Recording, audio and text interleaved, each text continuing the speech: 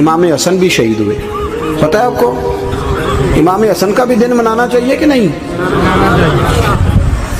ان کے یوم وصال پہ بھی کوئی جلسہ کر لیا کرو، بڑے ہیں امام حسین سے. جدھر سارا زمانہ چلتا ہے ادھر چل پڑتے ہو. حدیث میں جہاں جہاں نام آیا نا، پہلا امام حسن کا ہے، دوسرا امام حسین کا ہے، اور امام حسین کے اپنے جملے ہیں. فرماتے ہیں میرا بھائی نہیں، میرا امام بھی ہے، میرا امام بھی ہے. اور آپ فرمایا کرتے تھے میں نے بڑی چیزیں اس حسن سے سیکھی ہیں. جو انہوں نے سیکھا ایک بتاؤں اس میں سے؟ کچھ لوگ تھکے ہیں آپ میں سے، حالانکہ میں تو زیادہ سفر کر کے آیا ہوں.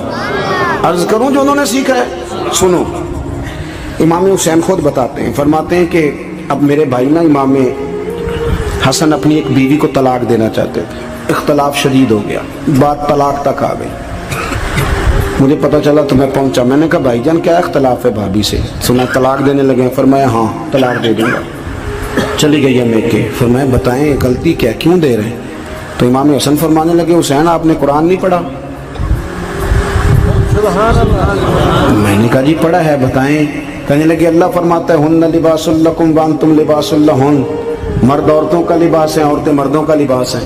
فرمایا میری بیوی میں کوئی کمزوری ہوگی تو میں پردہ ڈالوں گا کہ دنیا کو بتاؤں گا؟ امام حسین کہتے ہیں میں نے اٹھ کے بھائی کا ہاتھ چوما. میں نے کہا آیت میں نے پہلے بھی پڑھی تھی، تفسیر آج سمجھ میں آئی ہے، تفسیر آج سمجھ میں آئی ہے، میرے بڑے بھائی نے سمجھائی ہے، سمجھ میں آئی. کہتے ہیں کچھ دنوں کے بعد امام حسن نے بیوی کو طلاق دے دی. میں پھر آیا اور میں نے کہا میرے شانوں والے بھائی آپ بھی بتا دیں کیا مسئلہ تھا. تو کہتے ہیں میرا ماتھا چوما میرے بڑے بھائی نے اور کہنے لگے حسین چھوڑ، وہ غیر محرم بیوی ہے، میں کسی غیر کی باتیں تیرے ساتھ کیا کروں. طلاق دے دی، غیر محرم ہو گئی، اب اس کا ذکر کیا چھیڑنا. کہتے ہیں میں سمجھ گیا کہ میرا بھائی قرآن کی اس روح کو جانتا ہے جو حسین تک بھی پہنچ رہی ہے. بھائیو امام حسن رضی اللہ تعالیٰ عنہ، آپ کو پتہ ہے یہ کائنات کا وہ عظیم شخص ہے، حسن ابن علی، وہ عظیم ہستی ہے جس نے تاج چھوڑ دیا، تخت چھوڑ دیا، پر نبی پاک کی امت کو جوڑ دیا. نبی کریم نے ان کو اپنے ساتھ بٹھا کے کہا تھا، صحیح بخاری میں موجود ہے، کہا یہ میرا بیٹا حسن سید ہے، یا مسلمانوں کی دو جماعتیں لڑیں گی تو یہ صلح کرائے گا. حضرت امام حسن نے تخت چھوڑا، تاج چھوڑا، لیکن مسلمانوں کو آپس میں اتنی بڑی قربانی، اتنی بڑی قربانی. یہاں تو بھائی چھوٹا سا مسئلہ ہوتا ہے، مسجد میں اچھے بھلے امام صاحب نماز پڑھا رہے ہوتے ہیں، بچے پڑھ رہے ہوتے ہیں، اور مسجد میں تو تقریباً 15-20 چودھری اتوار مسجد میں ہوتے ہیں. تھوڑے پنڈ تے نہیں ہیں جی؟ چلو اللہ کا شکر ہے جی، اتنے نہیں تھوڑے نے، چلو اللہ کرے وہ بھی نال ہی ڈال جان، درویش ہی چنگی چدرا دا کی کرنا ہے. تو ویسے میں نے دیکھا ہے تھوڑی سی جو کسی شہر کی بڑی مسجد ہوتی ہے اس میں 15-20 چودھری ہوتے ہیں، اور مولوی صاحب کی مجبوری ہے سب کی مان کے چلنا. دو کی نہ مانے قاری صاحب، دو کی. اب وہ یہ نہیں دیکھیں گے کہ دین کا نقصان ہو رہا ہے، مسجد کا مسئلہ ہے، بچوں کا مسئلہ ہے، ان کو تو ذات کا مسئلہ ہے، میری نہیں مانی لیا تھا چھٹی. وہ خدا کے بندو، ہم 2 منٹ کے لیے چدراہٹ نہیں چھوڑتے، دین کا نقصان کر دیتے ہیں. امام حسن نے پوری حکومت چھوڑ دی، پوری حکومت. اتنا بڑا سخی کم آپ کو ملے گا جو سخاوت کرے اور نبی کی امت کو بچائے صلی اللہ ہو. یہ بات بیان نہیں ہوتی، اکثر نہیں ہوتی، شاید پورے کربلا میں آپ نے نہ سنی ہو الا ماشاءاللہ. اس کو سمجھے امام حسن. اور پھر مزے کی بات، امام حسن بھی شہید ہوئے، انہیں زہر دیا گیا، اور جب وہ شدید بیمار ہو گئے نا، زہر اثر کر گیا، تو امام حسین آئے، بڑے پریشان ہوئے، رو پڑے، کہنے لگے بھائی مجھے بتاؤ کس نے زہر دیا. تو امام حسن کہنے لگے حسین مجھے شک ہے ایک شخص پر، لیکن شک ہے بھائی، اگر صرف شک ہے تو میں کسی بے گناہ کو بدنام کیسے کر دوں، تمہیں کیسے نام بتا دوں. یہ نامعلوم پرچے کراتے نہیں ہم روز نامعلوم پرچے، جس پہ دشمنی ہے اس کا نام لکھا دو، ختم ہو گئی بات. امام حسن کی تربیت دیکھو، فرمانے لگے جس پر مجھے شک ہے اس کا نام بتا دوں، تو اگر وہ نہیں تو بے گناہ کا ذکر کیسے کر دوں. تو امام حسین فرمانے لگے بھائی جان اگر وہی ہوا تو آپ فرمانے لگے اگر وہی ہوا نا تو حسین پھر بھی تو چھوڑ دے، میں نے رب کے سپرد کر دیا، اللہ بہترین انتقام لینے والا ہے. اللہ اتنا بڑا حوصلہ سیدہ کے بیٹے کا، شیر کے بیٹے کا، شیروں جیسا کلیجہ، اتنا دل دریا سمندروں ڈونگے، کون دلان دیاں جانے. او بھائی تھوڑا حوصلہ کر، جتن تے ہر کوئی کھیڑے، تو ہارن کھیڑ فقیرہ، اور جتن دا مل کوڈی پیندی ہارن دا مل ہیرا. اور کہیں بیک بھی تو ہو نا, کہیں تو درگزر بھی تو کرنا کہ ہر جگہ چھا کے رہنا ہے, ہر جگہ چھا کے رہنا ہے.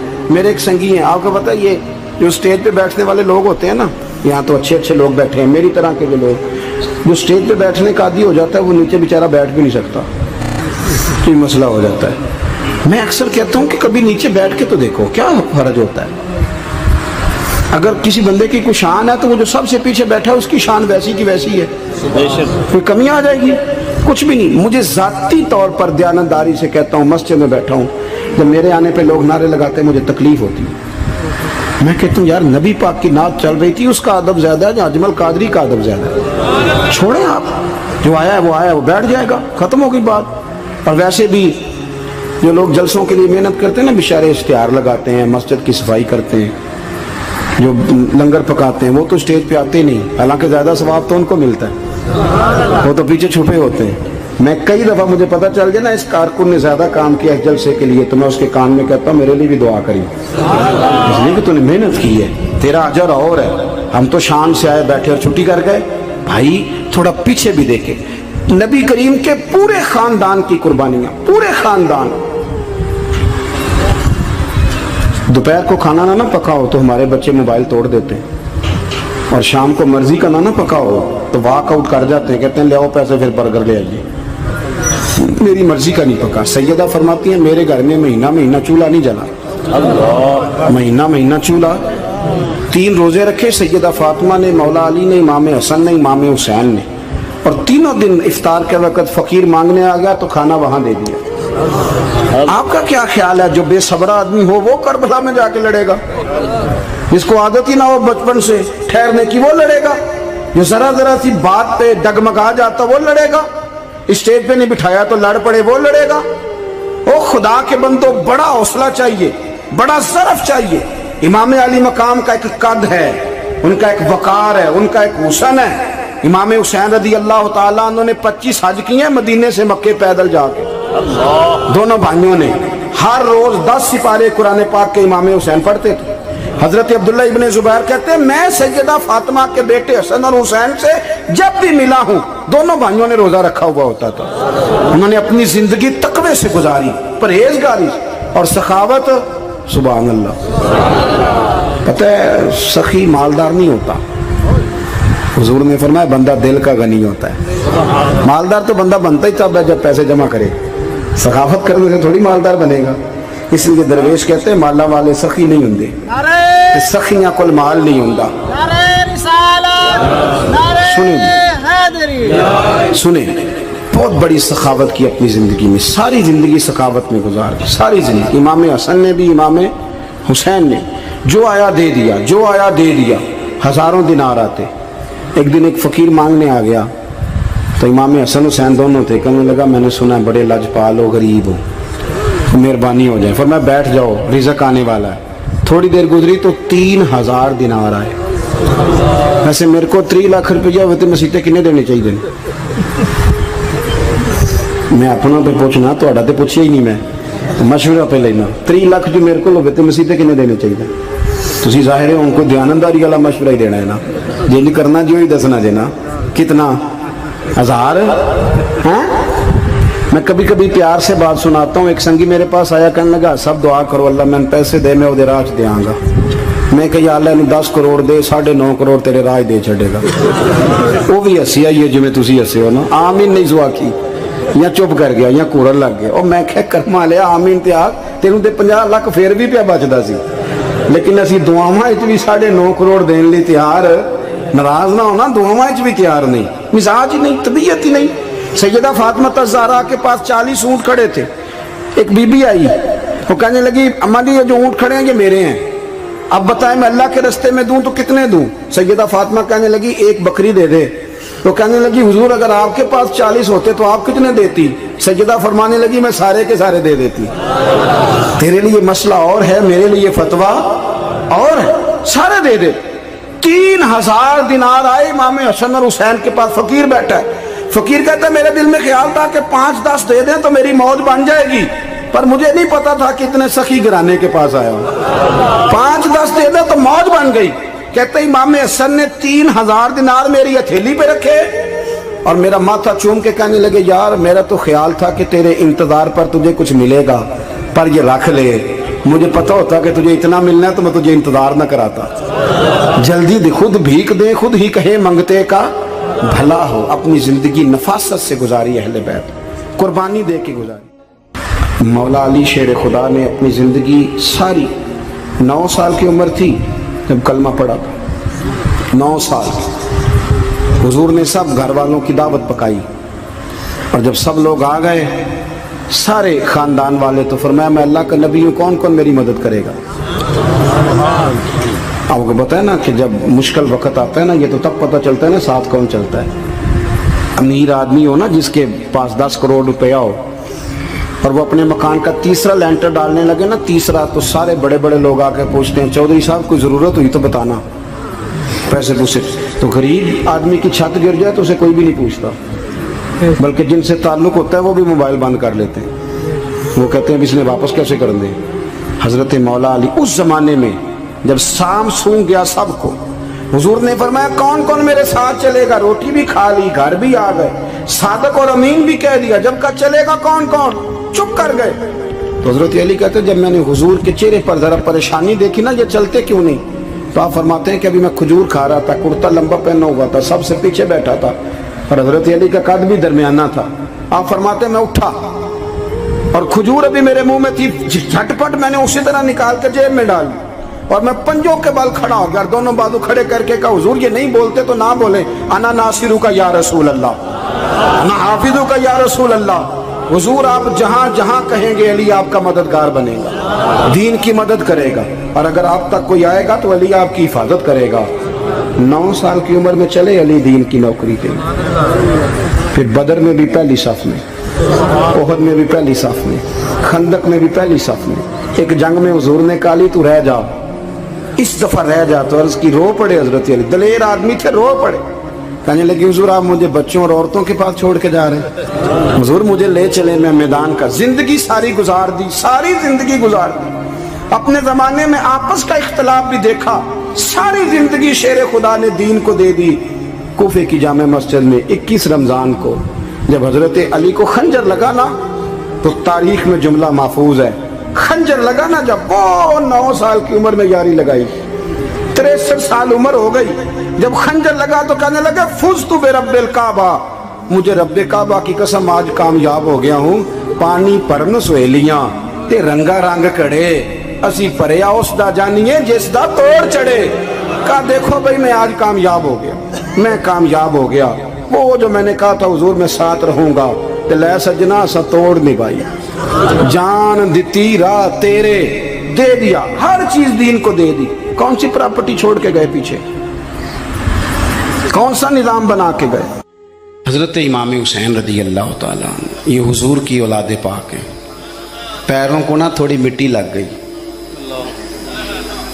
عمر جوانی کی تھی، داڑھی مبارک ساری سیاہ تھی، کالی تھی۔ حضرت ابو ہریرہ ان سے سالوں بڑے تھے، امیر المومنین فی الحدیث۔ حضرت ابو ہریرہ نے دیکھا کہ امام حسین کے مقدس قدموں کو مٹی لگ گئی۔